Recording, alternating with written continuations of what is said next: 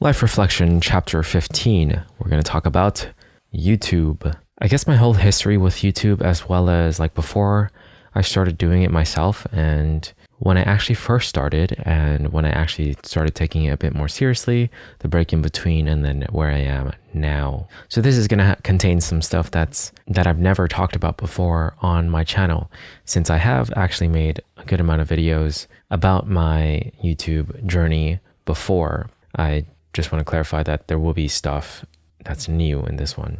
But yeah, let's just start off when I was a kid. So I was one of those kids that was in the generation that watched like stuff like Ranhiga, a little bit of Kev Jumba, Wong Fu Productions, old school YouTube channels basically.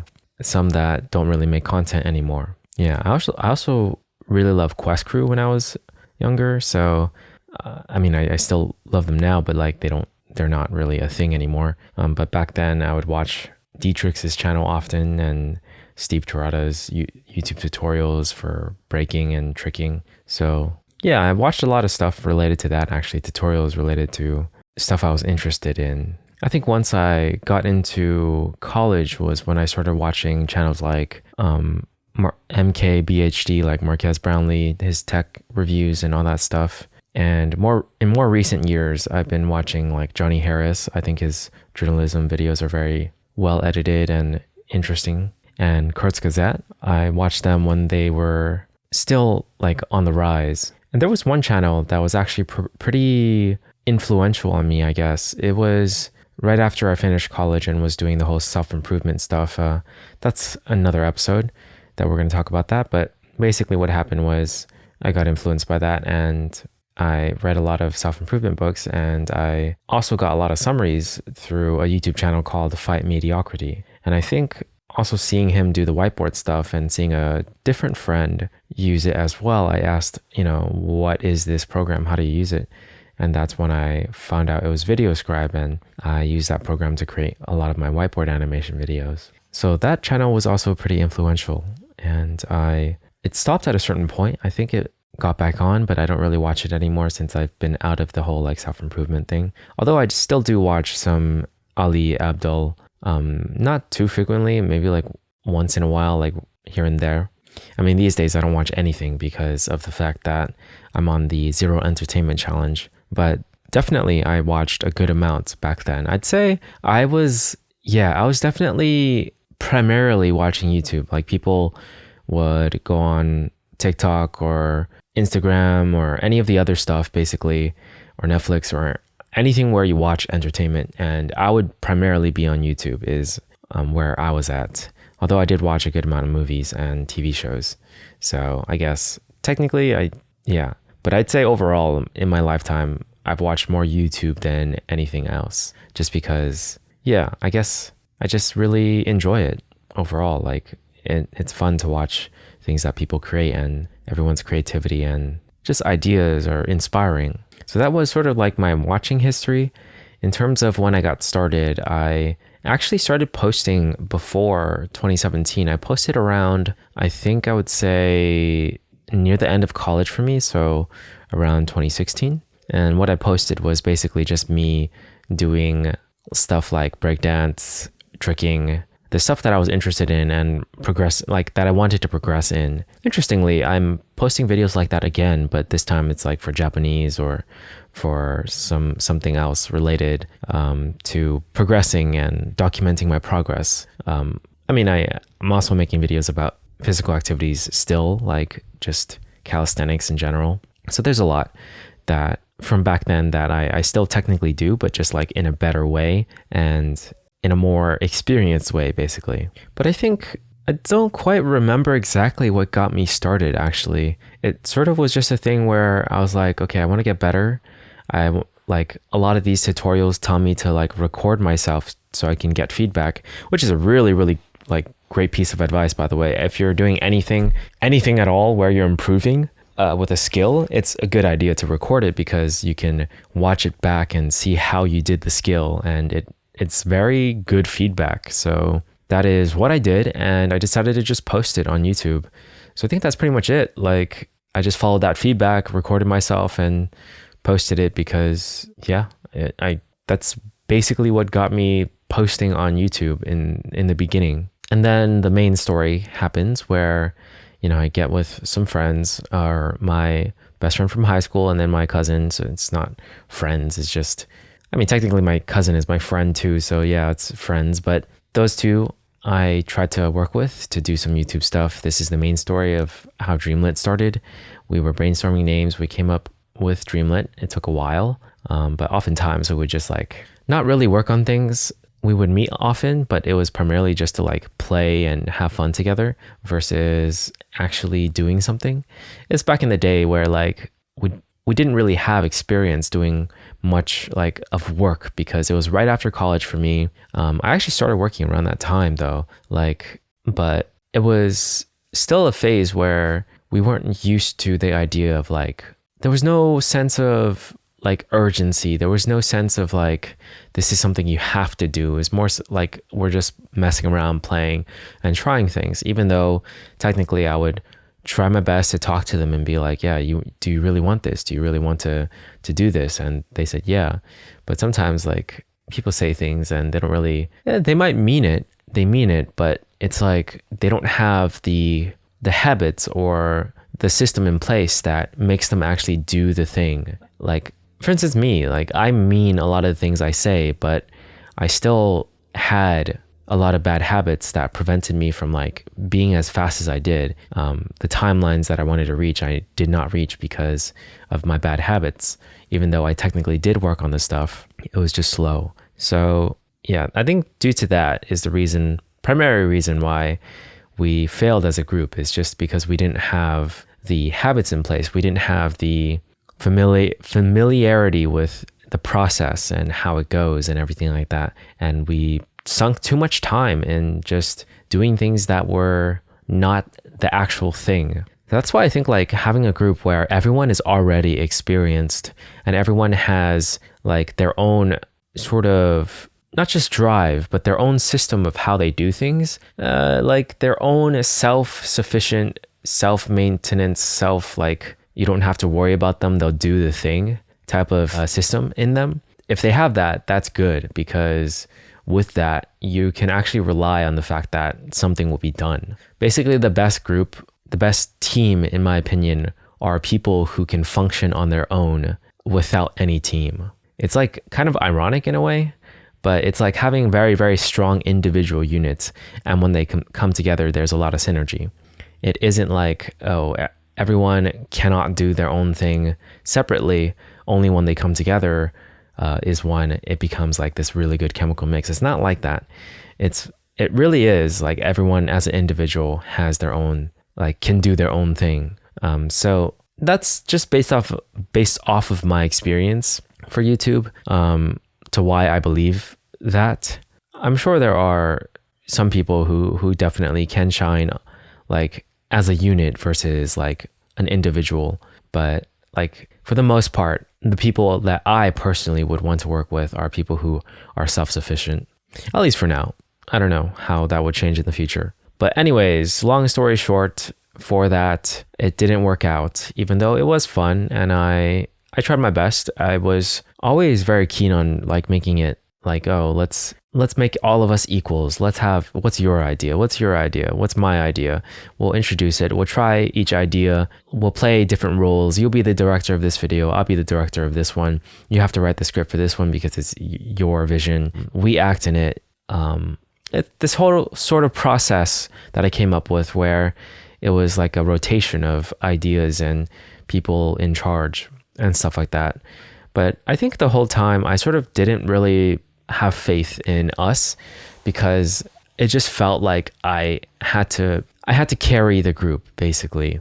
I felt that way. And I think it was pretty true, because one of my friends, outside friends, was sometimes he joined our meetings just to observe, and he was saying how oh, they're only doing this because of you, because you have the motivation, you have the drive, and if it weren't for you, they wouldn't be doing this at all. And the others actually agreed. So it kind of was true that I was carrying the group, and I didn't want that. I felt like a burden. So that was the primary reason why it eventually dissolved, I'd say it was because of me not believing in the group and feeling like I was putting in the most effort, and I was like, why not just do my own thing if that's the case? So that's what I did. And there were some actual like negative feelings in me. I just felt like they weren't quite living up to what I wanted them to. But again, that's not their fault. It's just the way things were. And now we're totally fine. I hold zero like regrets, resentment, or anything like that. It's just something that happened in our history, and we still had fun with it.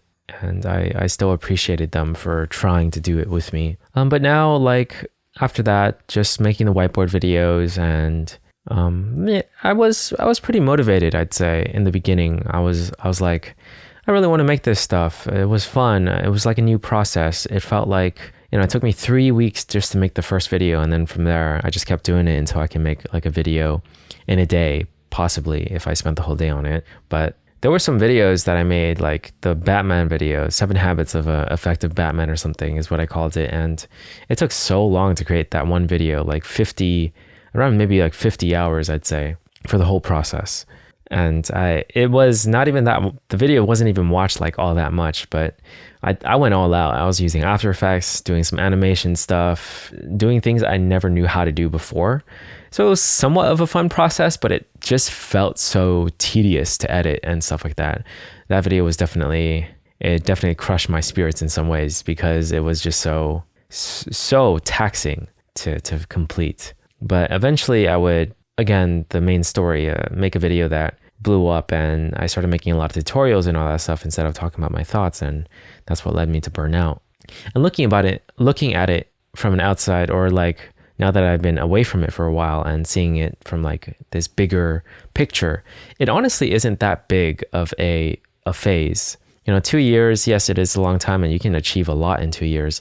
Like plenty of people have became really big YouTubers in less than 2 years, less than 1 year. But I was not one of them, because I was someone who basically just made stuff that, I don't know, the way I made things, the strategy was not very good. I think I was just a little too obsessed with just like expressing a thought. And whenever I had a thought in mind, I just wanted to express it and make a video about it. And my videos were not really that, I don't know. There's something missing about it that gave it that extra oomph and punch that would be required to actually grow really big. And the fact that I changed the format of the channel as well definitely made it harder to grow. So even now, I don't know where the channel is going to go, the main channel. It could very well fail, like because of all the past luggage. But I don't know, I feel kind of motivated. I guess this is where we're going to talk about the future of YouTube, or just like YouTube in general right now. Like after I burnt out, I did a lot of stuff for my personal channel, my second channel, where I posted all the past stuff about like calisthenics and all that stuff. And I had fun with it. And like after I burnt out, I still made videos that I thought were fun to make, entertaining, just like stuff that I randomly did. And eventually I came across 30-day challenges, and that's what I'm doing right now for my main channel. And I wasn't sure. There was a video where I was like, okay, I could very well be shooting myself in the foot by not putting good videos on my channel, on my main channel, and just like doing stuff on my personal one. But yeah, I don't know. I eventually just came to this point where I was like, yeah, it makes sort of a lot of sense to just put good videos in one channel and like the rest on my second channel, because I can just post whatever I want on my second channel. Like it just makes way too much sense and fits way too perfectly for what I want to not do that. So yeah, that's the conclusion I came up with. And I was just sitting in a pool one day realizing I really want to change the name of my channel to like something else that I resonate with, because I just felt like it wasn't, the name Dreamlet just didn't resonate anymore. So that's why I changed it back to my name, or not back, but changed it to my name. And that's where I'm at right now for YouTube. And there's a lot that I want to do with YouTube. I feel like it's such a good platform to just express yourself and document your progress and all that stuff. And I'm really at the beginning of my journey, I'd say. I think it's something I'll be doing for the rest of my life just because I enjoy it. It's something I find like fulfilling, to be able to post my thoughts and express myself and my progress and everything. That's sort of my journey with YouTube. It's sort of how I've always been since I started with it, is just using it as a place to express my thoughts and everything. And I'm very grateful that it exists. And as for my main channel and like trying to make something out of it, I think it'll be fun. Regardless of my success or failure moving forward. I don't know. I don't really consider anything like real failures. Stopping and not trying is the failing, right? So as long as I keep going and trying, I think, which is what I'm pretty sure I'm going to do from here on, it's going to be fun either way. And just to get into more our history a bit more, there was a point where I bought a course called Jump Cut, which is a course about YouTube and how to basically go viral on YouTube. Watching it was motivating, but I don't think I actually followed the steps very well, I'd say. I need to perhaps review that for my future videos, as well as another course, I believe. But I did get like help from them at a certain point. It was a lot of money though, I'd say. So part of me is like, maybe I shouldn't have spent that much money on it, but I was into it. And yeah, there's a lot of different ways on how to do YouTube, because I also enrolled in Ali Abdul's course, but I got a scholarship for that, or they have like a program where you can get it for free if you sign up for it and make a video saying why you should get it for free. So that was nice. So I have access to another one that basically helps you with doing it right.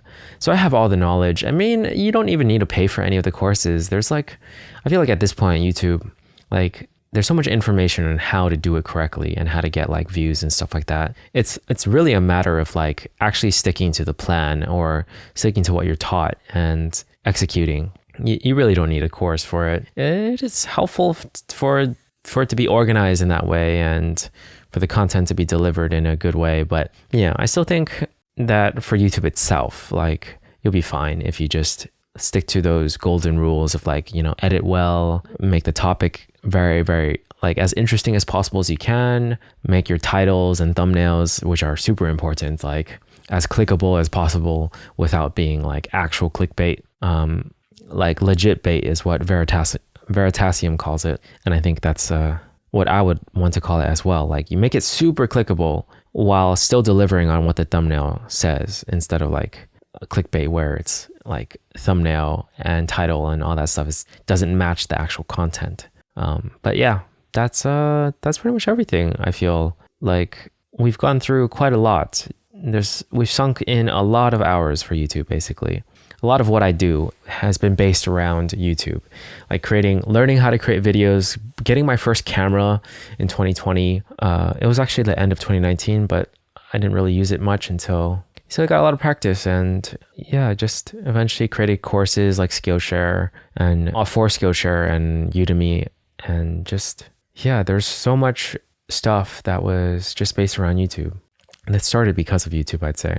And I learned so much of my video creation skills by just doing it for that 2 or 3 years. And now I'm back and improving again. And I bought so much gear back then as well, but now I've sold a good amount of it. Yeah, this episode is kind of all over the place. I'm sort of like recalling a lot of things as I'm talking about it. But yeah, the second I got my camera, I sort of just like became obsessed with making sure everything was good. And same with my like audio and microphones and everything. I was always very, very obsessed with like making sure I have really high production equipment. Not like cinema grade stuff, but like at least it looks good. Like it's pro, it looks well produced, it sounds well produced. And that's what led me to like basically learn all those skills on YouTube and just watch a whole bunch of tutorials basically. And from there, learn how to use it through experience, and just make like my own courses for Skillshare, because I felt like I learned a good amount that was teachable basically. And I feel like the way I do things in general, with the way my brain is, how I want to optimize everything, it was good to make those courses, because I feel like a lot of the methods that I taught weren't necessarily like learned by other people. It was sort of just stuff I came across as I kept going and wanting to optimize. It's sort of the way my brain was. So I got comments like that said that I taught people more than they learned in college and all that stuff for my courses. And it's very nice to hear that, you know. But yeah, there's a lot. YouTube definitely took up a lot of my 20s, I'd say, my time. But I'd like to still talk about my 20s, like outside of just YouTube. There's plenty of other things that I want to talk about. But for now, I think this is it. That's the rundown on a journey that I've been on for a while. Basically, to put it chronologically, I started documenting myself. Then I did it with friends. It didn't quite stick, so I ended up doing it alone. A lot of whiteboard stuff. A video blew up. I started doing more tutorial stuff. This was also around the time, or when I did the group stuff, it was when I had access to Jump Cut and tried to be more like viral, I guess. So after that, after we disbanded, did it on my own, kind of forgot about the whole like viral stuff, just kept doing my own thing, and then got burnt out. And a year after that is when I did the enrollment for the Ali Abdaal course. Found out that I was still burnt out despite being in that course. And then my Japan adventure happened. Before that, after I burnt out, I did more stuff with the second channel, just posting whatever, editing less. And then adventure in Japan, did a lot of vlogs in Japan. And then now I'm back for my main channel, having created 2 videos and then having planned a whole bunch of videos that I really need to start working on right now. So yeah, that is the rundown. That is the whole rundown. Oh yeah, and I guess I also left out the part where I created courses around the time I burnt out. And I also did a lot of freelance work actually in between everything, like throughout all of it. It was more so after the video blew up, because a lot of people were asking me to make whiteboard animations for them. So I did a lot of freelance regarding that, as well as once I set up my camera and learned about audio and all that stuff, like I did more freelance work regarding audio, like podcast freelance stuff, and then also some video, like product video stuff or explainer video stuff with my real camera, not whiteboard animations. So yeah, that was also pretty fun. I enjoyed some of the freelance stuff. Actually, the whiteboard animation freelance, I hated it. I hated that. I didn't like that at all, because oftentimes people would not have like a clear vision and they would just tell me to do whatever I wanted. And after I did whatever I wanted, they were like, oh yeah, that's not bad, but can you change this and that? Which makes sense. But like, it felt like they weren't that, I guess, some were satisfied. I remember making an animation for like a company that was talking about cryptocurrency at some point, but they really, really loved what I created, and they gave a great testimonial and everything too. But others, especially for the whiteboard stuff, I felt like they were not that impressed by it, because I don't know, for whatever reason, they just weren't. Even though I did do my best all the time. But I mean, some of them were. Maybe I'm just letting the few negative experiences get to me. But yeah, sometimes I just felt like I worked way too much for too little, I'd say, for the pay. But they were certainly interesting experiences. And I think after a while, I sort of like cut it off. I was like, I don't want to do this anymore. So I just like took it off of my web page and started doing more voiceover freelance work instead, which I very, very much enjoy compared to video freelance work. Yeah, I feel like talking about YouTube in the broad sense is very little. I mean, it's too broad. So it's like, I can't talk about it that much, but if we get into like one specific thing, I could probably talk about it way more. I guess it's because I still am doing it that I don't really see it as like that big of a reflection, but it has been a while since I've been doing it. Experience comes with time, and for the most part, like a lot of it has been good experiences, and yeah, but it is quite a lonely journey, I'd say.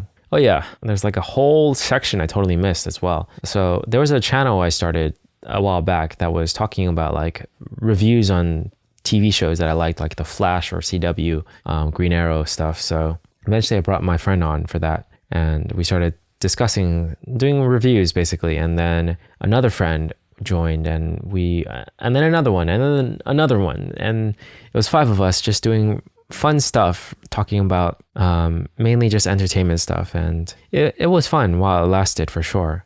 I think at a certain point I just maybe felt something similar in the sense that like I was the one editing it. You know, I was the one who bought all the microphones and equipment, and it was just tough to be just the guy that did everything else while everyone else was just there to talk. And you know, part of me didn't mind it, but at the same time, it was just like the time it took and the energy.